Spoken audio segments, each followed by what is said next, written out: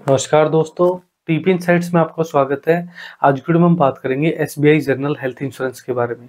SBI general health insurance के अंदर cashless claim का प्रोसेस किस टाइप से किया जाता है, आज की वीडियो में आप लोगों को डिटेल में बताने वाला हूँ। सबसे पहले हमें ये पता होना चाहिए कि कैशलेस क्लेम होता क्या है। जब भी हम कोई हेल्थ इंश्योरेंस पॉलिसी परचेज करते हैं और उसका वेटिंग पीरियड कंप्लीट हो जाने के बाद जब हमें उसकी ज़रूरत पड़ती है किसी मेडिकल इमरजेंसी के टाइम, तो हमें नेटवर्क हॉस्पिटल का पता होना बहुत ज़रूरी है, क्योंकि नेटवर्क हॉस्पिटल में जाके ही हम कैशलेस इलाज ले सकते हैं। कैशलेस जो इलाज होता है उसका मतलब ये होता है कि बिना कोई पैसे दिए हुए, कोई पेमेंट किए हुए फ्री में आपको इलाज मिल जाएगा, यानी कि जिस पर्पज़ के लिए आपने पॉलिसी परचेज की थी वो पर्पज़ है वो पूरा हो जाएगा। तो आगे की वीडियो में आप लोगों को बताने वाला हूँ कि कैसे वेटिंग पीरियड कंप्लीट होने के बाद आप एसबीआई जनरल हेल्थ इंश्योरेंस की पॉलिसी का इस्तेमाल कर सकते हो और किन किन डॉक्यूमेंट्स की आपको जरूरत पड़ेगी कैशलेस क्लेम लेते टाइम, नेटवर्क हॉस्पिटल कैसे ढूंढते हैं। कंप्लीट प्रोसेस आज की वीडियो में आप लोगों को डिटेल में बताने वाला हूँ। तो वीडियो में आप लोग लास्ट तक बने रहे। चैनल पे आप लोग नए तो चैनल को सब्सक्राइब कर लीजिए, बेल आइकन दबा दीजिए ताकि नए वीडियो का नोटिफिकेशन आप लोगों को मिलता रहे। तो चलिए वीडियो को शुरू करते हैं।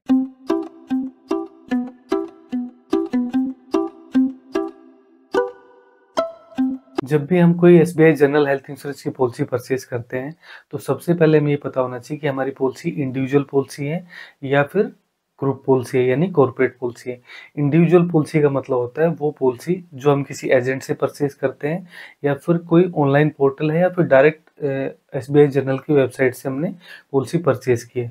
उस पॉलिसी की लिमिट हम अपने प्लान के अकॉर्डिंग कम ज़्यादा कर सकते हैं, अपनी ज़रूरत के हिसाब से प्लान सेलेक्ट कर सकते हैं।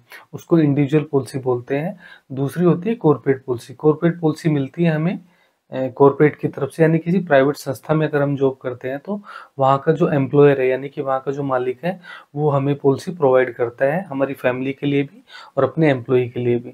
तो उसको कॉर्पोरेट पॉलिसी बोलते हैं। दोनों के वेटिंग पीरियड अलग अलग होते हैं। आपकी पॉलिसी की जो टर्म एंड कंडीशंस है उसको पढ़ना पड़ेगा, उसमें वेटिंग पीरियड लिखा हुआ होता है। बगैर वेटिंग पीरियड के आप अपना इलाज कराने के लिए हॉस्पिटल में जाओगे और पॉलिसी का इस्तेमाल करोगे तो हो सकता है आपका क्लेम रिजेक्ट हो जाए। जब तक आप अपनी पॉलिसी की टर्म एंड कंडीशंस को नहीं पढ़ेंगे तब तक आपको पता नहीं लगेगा कि आप अपनी पॉलिसी का इस्तेमाल कब कर सकते हैं। बहुत सारे वेटिंग पीरियड होते हैं, जैसे इंडिविजुअल पॉलिसी के अंदर 1 मंथ का वेटिंग पीरियड होता है उसको इस्तेमाल करने के लिए, यानी कि जब तक पॉलिसी 1 महीने की ना हो जाए तब तक आप उसका इस्तेमाल अपने इलाज कराने में नहीं कर सकते हैं। लेकिन कॉर्पोरेट पॉलिसी में ऐसा नहीं होता है। ऐसी सर्जरी के अंदर क्या होता है कि 2 साल का वेटिंग पीरियड होता है इंडिविजुअल पॉलिसी के अंदर, लेकिन कॉर्पोरेट पॉलिसी के अंदर पहले दिन से ही कुछ सर्जरी कवर होना शुरू हो जाती है। तो वो सब कैसे पता लगेगा, वो सब पॉलिसी की टर्म्स में लिखा हुआ होगा, यानी कि जो पॉलिसी के कागज है आपके उसके अंदर मेंशन हुआ होगा कि कौन कौन से वेटिंग पीरियड है, कौन सा रूम आप ले सकते हो, कौन सा रूम आपके लिए एप्लीकेबल है, कितनी लिमिट आपकी पॉलिसी की है और कौन-कौन से वेटिंग पीरियड किस-किस बीमारी को लेके किस-किस टाइम तक, वो सब आपको पॉलिसी के टर्म्स के अंदर ही मिलेगा।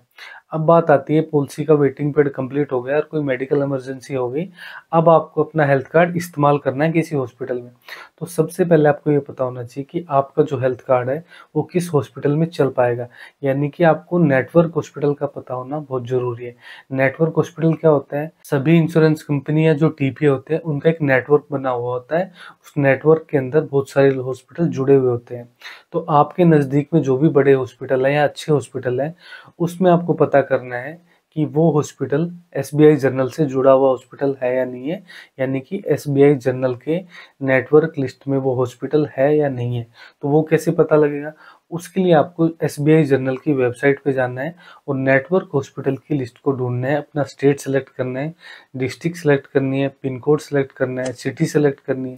जो भी ऑप्शन उसके अंदर आते हैं उसमें आपको सेलेक्ट कर लेना है और वहाँ पे आप अपने नज़दीक में, अपनी सिटी में जो भी हॉस्पिटल एसबीआई जनरल से जुड़ा हुआ है उसको आप ढूँढ के वहाँ पे जाके आप अपना ट्रीटमेंट करा सकते हो। अब आपने नेटवर्क हॉस्पिटल ढूँढ लिया है और वहाँ पे जाके आप अपने हॉस्पिटल में चले गए हो, तो सबसे पहले क्या करना है, आपको ओपीडी बनवानी है, जिसको प्रिस्क्रिप्शन पेपर भी बोलते हैं। उसके बाद आपको ओपीडी में जाना है जहाँ पे डॉक्टर बैठे हुए होते हैं, डॉक्टर को वहाँ पे दिखाना है। डॉक्टर जब आपका चेकअप करेंगे, अगर उनको लगता है कि पेशेंट को तकलीफ ज़्यादा है और एडमिट करने की ज़रूरत है, तो उस कंडीशन में ही आपका कार्ड एप्लीकेबल होगा, यानी कि मिनिमम 24 घंटे आपको हॉस्पिटल में एडमिट रहना होगा। सर्जरी का केस है तो अलग है।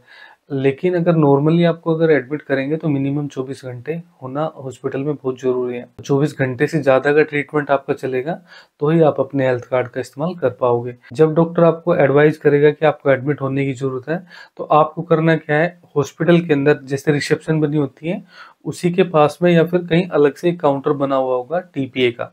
वो हॉस्पिटल की टीम होती है जो कि प्रोसेस करेगी आपके क्लेम को। वहाँ पे आपको अपने डॉक्यूमेंट्स दिखाने हैं, यानी कि एसबीआई जर्नल के जो डॉक्यूमेंट्स हैं पॉलिसी के, वो वहाँ पे चेक कराने हैं। वो वेरीफाई करेंगे आपसे डॉक्यूमेंट्स, आपके डॉक्यूमेंट्स की कॉपी लेंगे। डॉक्यूमेंट्स क्या क्या लगेंगे आपके, एक तो हेल्थ इंश्योरेंस कार्ड लगेगा, हेल्थ इंश्योरेंस पॉलिसी की कॉपी भी लग सकती है, सॉफ्ट कॉपी भी डॉक्यूमेंट्स की चल जाएगी। ऐसा नहीं कि आपके पास हार्ड कॉपी होना जरूरी है। अगर मोबाइल के अंदर आपकी आईडी है, जैसे पैन कार्ड हो गया, आधार कार्ड हो गया, या फिर पॉलिसी के डॉक्यूमेंट्स है जैसे एसबीआई जनरल का हेल्थ कार्ड हो गया या पॉलिसी की कॉपी हो गई, तो ये सॉफ्ट कॉपी भी इन तीनों डॉक्यूमेंट्स की चल सकती है, एक पैन कार्ड, आधार कार्ड और पॉलिसी के डॉक्यूमेंट्स। इसके अलावा आपके पास क्या होना जरूरी है, अगर आपके पास किसी दूसरे हॉस्पिटल के डॉक्यूमेंट्स हैं, यानी इस हॉस्पिटल में आने से पहले आप किसी दूसरे हॉस्पिटल में दिखा के आए हो डॉक्टर को, अगर सेम डॉक्यूमेंट्स आपके पास उसी ट्रीटमेंट से रिलेटेड है, तो वो भी आपको टीपीए में सबमिट करने होंगे। वो चेक कर लेंगे कि उनको ज़रूरत है या नहीं है। जब आप सभी डॉक्यूमेंट्स वहाँ पे जमा कर दोगे, तो उसके बाद वो आप लोगों से एक फॉर्म साइन कराएंगे जिसको प्री ऑथराइजेशन फॉर्म बोलते हैं। वो फॉर्म साइन कराने के बाद आपका ट्रीटमेंट शुरू हो जाएगा और आपको कुछ भी अलग से देने की ज़रूरत नहीं पड़ेगी।